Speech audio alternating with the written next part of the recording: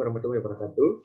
Kepada Ibu Yani Isnania, dosen pengampu mata kuliah Bahasa Indonesia. Perkenalkan, nama saya Muhammad Arfan Sadillah dengan NIM D412122225, golongan B. Sini saya akan mempresentasikan penelitian saya, karya tulis ilmiah yang berjudul Kajian Kombinasi Daun Pepaya dan Daun Durian serta aplikasinya pada produk pangan Mibasa.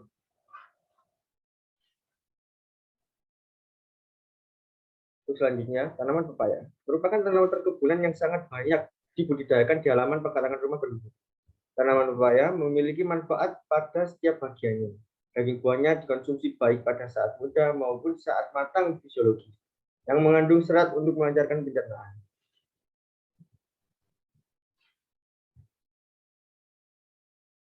Selanjutnya, tinjauan literatur.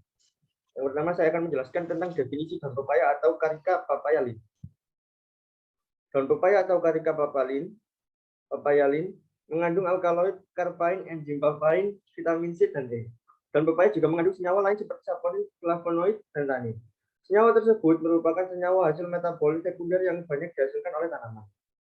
Senyawa flavonoid berperan sebagai antibiotik dengan mengganggu mikroorganisme seperti fungsi. Senyawa alkaloid berfungsi menghambat lima pertumbuhan bakteri gram positif dan negatif. Daun durian. Tanaman durian atau nama latin Tuna sureni adalah sejenis pohon di keluarga mahoni. Banyak terdapat di negara Asia Selatan, Indochina, Malaysia, China, dan Papua Nugini. Di berbagai daerah dan tempat tumbuhnya, durian dikenal dengan berbagai nama, seperti durian di Indonesia, durian wangi Malaysia, Danupra Filipina, Vietnam, Myanmar, durian Thailand. Dan nama perdagangannya yaitu tun dan durian. Tuna sureni juga dikenal sebagai mahoni Indonesia atau mahoni Vietnam. Yang ketiga, Mibasa. Ini adalah produk makanan yang biasanya sering dikonsumsi oleh masyarakat Indonesia atau masyarakat luas. Definisi mie adalah produk makanan yang dibuat dari tepung gandum atau tepung terigu dengan atau tanpa penambahan bahan makanan yang lain dan tambahan bahan makanan yang diizinkan. Berbentuk kasmi dan siap dihidangkan setelah dimasak. Berdasarkan pada saat sebelum dikonsumsi, mie dapat digolongkan dalam beberapa kelompok, yaitu mie basah, mie kering, mie rebus, mie kukus, dan mie instan.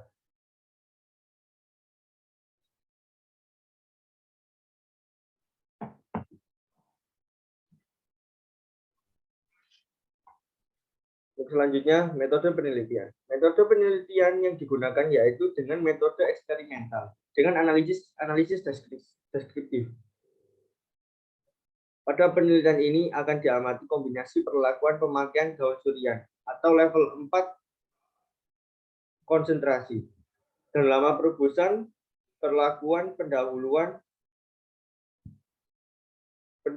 daun pepaya dengan daun durian 3 level durasi waktu. Pengamatan dilakukan terhadap bahan baku berupa daun pepaya dan daun durian terhadap kandungan beta karoten, alkaloid total, dan kadar air. Pengamatan terhadap Mibasa daun pepaya meliputi pengujian alkaloid dan nilai pH.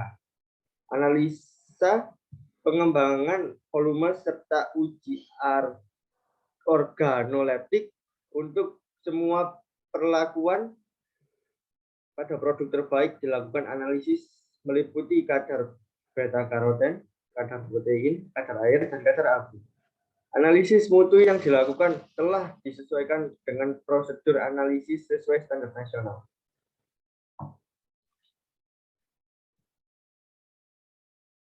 Yang selanjutnya, hasil dan pembahasan. Yang pertama, pengamatan bahan baku. Daun pepaya atau Carica papayalin dan daun durian Tuna sureni sebagai bahan baku yang digunakan dalam pembuatan mie basah dianalisa kadar air, kadar beta karoten, dan identifikasi alkaloid.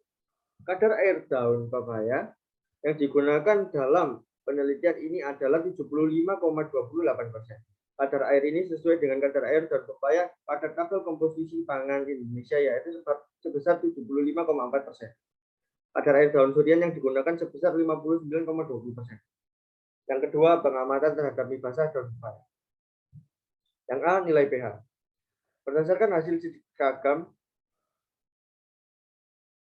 Hasil sidik ragam, tingkat penambahan daun sirian tidak berpengaruh nyata terhadap nilai pH basah daun pepaya. Akan tetapi lama perebusan berpengaruh nyata interaksi antara faktor penambahan daun surian dan lama perebusan juga berpengaruh nyata terhadap nilai pH pada taraf nyata 5%. Nilai pH tertinggi terdapat pada perlakuan A2B1 atau tingkat penambahan daun surian sebesar 25% dengan lama perebusan 5 menit. Dengan nilai 6.860 dan terendah pada perlakuan A4B3, tingkat penambahan daun surian sebesar 75% dengan lama perebusan 15 menit dengan nilai 6.547. Pengembangan volume. Berdasarkan hasil sidik ragam, tingkat penambahan daun surian maupun lama perebusan tidak berpengaruh nyata terhadap pengembangan volume mie basah daun pepaya. Interaksi antara faktor penambahan daun surian dan lama perebusan juga tidak berpengaruh nyata terhadap nilai pengembangan volume pada taraf nyata 5%. Pengembangan volume berkaitan erat dengan gluten yang terkandung dalam tepung terigu yang dipergunakan dalam penelitian ini yaitu jenis hardboiled. Yang D, identifikasi alkaloid. Berdasarkan hasil identifikasi alkaloid pada mie basah daun pepaya dengan perlakuan perebusan dengan daun surian, dari semua perlakuan menunjukkan bahwa perlakuan penambahan daun surian sebesar 75% dengan lama perebusan 15 menit atau A4B3 yang tidak mengandung alkaloid. Hasil dari reaksi ini sering berupa noksida. Alkaloid yang terdapat pada daun pepaya adalah jenis alkaloid karbain. Yang selanjutnya, nomor 3, sifat organoleptik. Untuk yang A, rasa. Semakin meningkat penambahan jumlah daun surian dan lama proses perebusan akan semakin meningkat penerimaan organoleptik dari segi rasa. Hal ini disebabkan oleh semakin menurunnya senyawa alkaloid pada mie basah daun pepaya. Yang B, tekstur. Tekstur, terutama elastisitas dari mie basah dan daun pepaya dipengaruhi oleh gluten yang terkandung di dalam tepung terigu jenis hardboiled yang digunakan.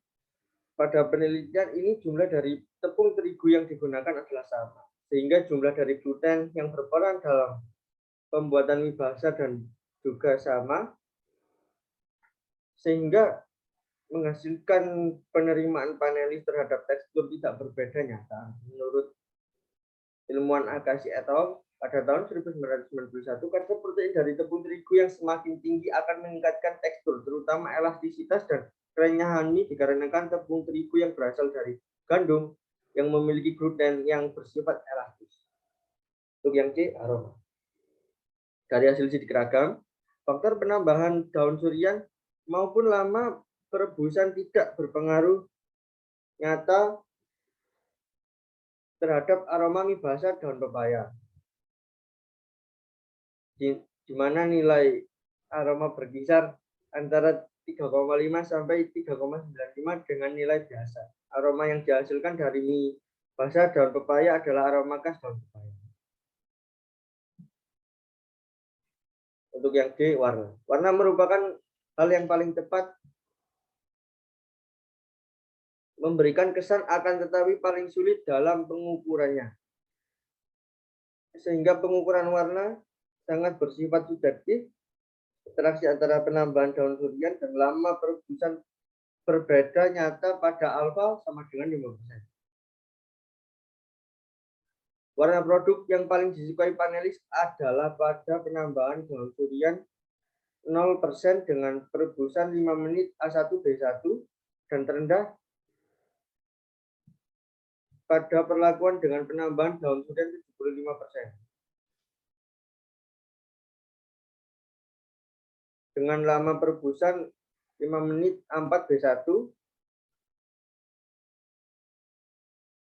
warna dari mie basah daun pepaya, semua perlakuan adalah warna kuning kehijauan. Yang keempat, pengamatan produk terbaik. berdasarkan hasil organoleptik, ternyata interaksi perlakuan A4B3 tingkat penambahan daun surian sebesar 75% dan lama peribusan selama 15 menit memberikan hasil mie basah yang paling diterima oleh panelis dari segi warna, aroma, warna maupun rasa. Ditunjang oleh pengujian secara fisik dan kimia meliputi uji pengembangan volume, nilai pH, serta identifikasi alkaloid menjadi perlakuan A4B3 menjadi perlakuan yang tepat untuk memperoleh mie basah yang memenuhi standar nasional Indonesia serta diterima secara organoleptik. Lalu yang terakhir, kesimpulan. Kesimpulan dari penelitian saya, berdasarkan uji organoleptik mie basah daun pepaya dengan tingkat penambahan daun surian sebesar 75% dengan lama proses perebusan 15 menit merupakan produk terbaik. Untuk yang kedua, hasil analisa proximat kadar beta karoten sebesar 6.748,4.902 μg. Kadar protein sebesar 9,15%, kadar lemak sebesar 8,32%, kadar karbohidrat sebesar 34,79%, kadar air sebesar 47,01%, serta kadar abu sebesar 0,6%. Cukup sekian presentasi dari saya, dan terima kasih telah menyaksikan presentasi saya untuk Ibu Yani. Untuk selebihnya, mohon maaf. Wassalamualaikum warahmatullahi wabarakatuh.